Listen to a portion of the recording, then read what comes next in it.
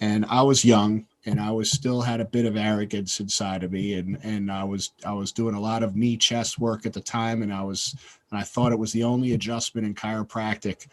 And they had I believe it was a little girl in a wheelchair. They rolled over to you, and you like prayed on her, and then you just like took her neck and adjusted her, and the kid got up and walked out of the freaking wheelchair. You looked at her and said, "Get up," and I like. My whole insides literally changed at that moment. It was like watching Mother Teresa like just transform this person's life. You adjusted her and with authority said, "Get up and walk." And she freaking got up and walked, Paula. It was like, I'll never forget that. Well, you know, it's so funny that you say that, Steve. People will say, well, it's Paula. It's not. It wasn't me. It was my purpose, my drive, and it was something inside of me that had me do that. I mean, if you asked me right now, do that, I probably wouldn't do it. But something inside of me was like this, you know, that there's somebody out there, power, that does the healing. So someone who's looking to get connected, because, you know, the term we use is connected. And that was the thing. We were in this busy space, and like life stopped for me, and I was focused on you because I just felt your energy.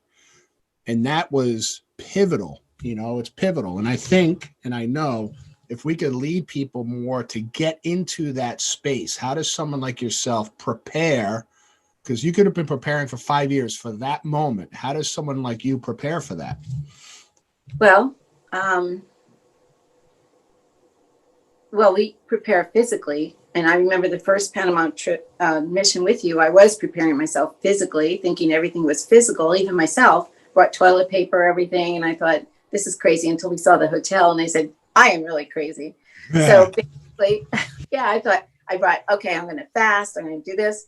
But that is part of it, fasting and doing the physical. But, you know, when you are in quiet time and spiritual, and you hear the messages, and you hear, like for me, it's the beach. I go to the beach and I can hear the waves, and I sometimes get feelings from inside. So this is part of my preparation.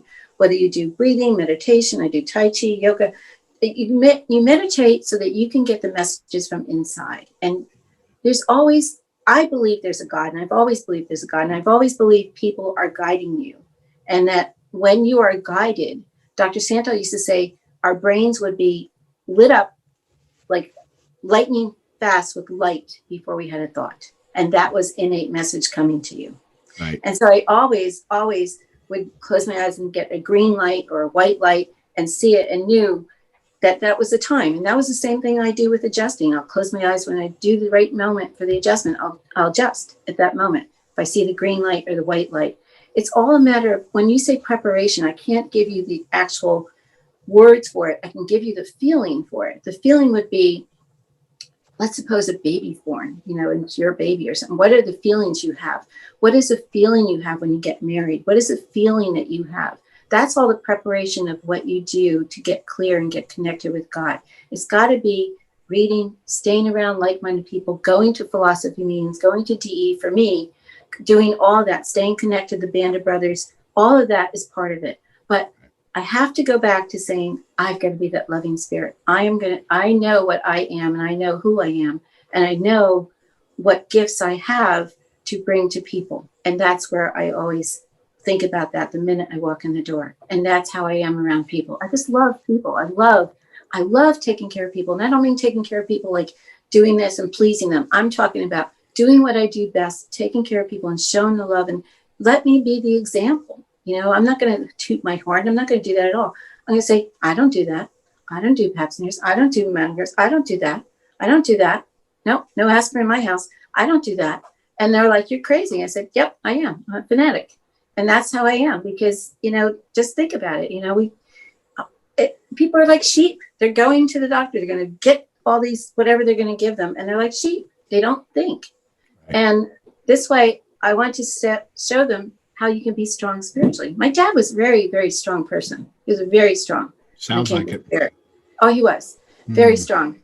And he instilled that in us. So, you know, we wanted a pool, you dig the ground. That's what we did. We dig the ground. So